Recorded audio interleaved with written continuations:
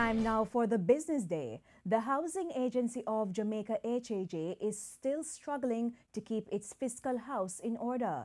Details were outlined in an Auditor General's report which examined the statements of the entity over the last 4 years.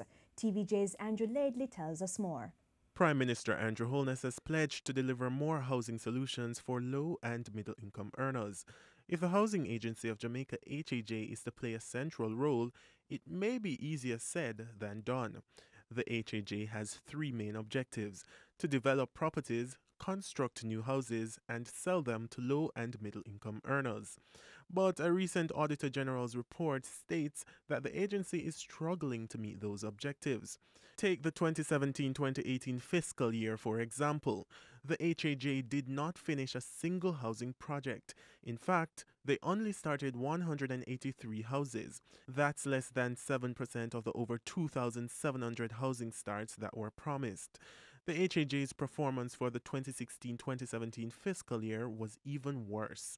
They did not start or deliver any of the over 1,650 projects. To get more money, the entity focused on completing projects which were stalled or incomplete from previous years. In the end, net profits amounted to $734.9 million in the 2017-2018 fiscal year.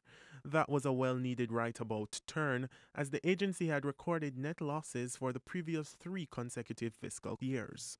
The main problem: the agency's expenses continue to significantly exceed revenues. That also contributed to cash flow challenges, even though more than 51% of HAJ projects were financed by public sector grants. Still, at the end of the financial year, the National Housing Trust held over 95% of HAJ's debt. In 2014, HAJ secured an overdraft facility of $150 million in order to cover expenses. It was later converted to a long-term loan as it was unable to repay the facility within the stipulated time. The Auditor General therefore states that the HAJ is still financially vulnerable. The Auditor General is calling for an assessment of the environment and strategies to ensure the financial viability of the HAJ to effectively deliver its mandate. For the Business Day, I'm Andrew Laidley.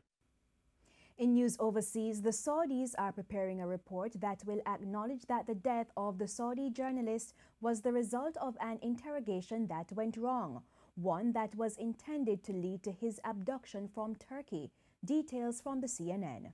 Very scant details at this stage, Brooke, and one of those 2 sources is cautioning that this report is still being prepared, that things could end up changing. According to the other source, this report is most likely going to conclude that the operation was carried out without clearance and transparency, and that those involved will be held responsible. Of course, the backdrop of all of this is coming just as Turkish investigators, the forensics team, was allowed inside the Saudi consulate. They are still indoors. Their vans are still parked outside. Those involved, who are they? Well, throughout our reporting of all of this, the Turks have always been saying that there are 15 Saudi nationals who are persons of interest who arrived in country the same day that Jamal Khashoggi did go missing.